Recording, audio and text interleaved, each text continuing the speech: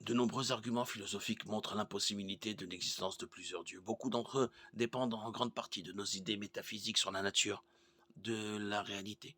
Malheureusement, il n'est pas possible de les développer au sein d'une audio aussi courte que celle-ci, puis de montrer ce qu'elle implique par rapport au monothéisme.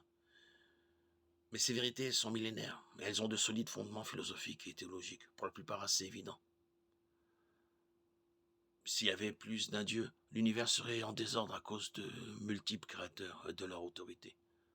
Or, il n'est pas en désordre, donc il n'y a qu'un seul Dieu. Puisque Dieu est un être entièrement parfait, il ne peut y en avoir un autre, parce qu'il devrait être différent d'une manière ou d'une autre, et que différer de la perfection absolue, c'est ne pas être parfait, donc ne pas être Dieu.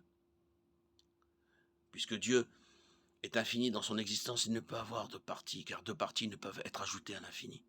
Si l'existence de Dieu n'est pas qu'une partie de lui, comme c'est le cas de tout ce qui peut exister ou non, alors elle doit être infinie. Il ne peut donc y avoir deux êtres infinis, car ils différeraient l'un de l'autre. La plupart de ces arguments n'excluraient pas la possibilité de divinité inférieure, ce qui est juste.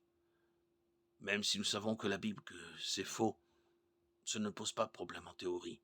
Autrement dit, Dieu aurait pu créer des divinités inférieures, mais il ne l'a pas fait. S'il l'avait fait, ces divinités ne seraient que des créatures limitées, probablement un peu comme des anges, psaume 82. Cela n'affaiblit pas les arguments en faveur du monothéisme, qui ne dit pas qu'il ne peut y avoir d'autres êtres spirituels, seulement qu'il ne peut y avoir plus d'un Dieu.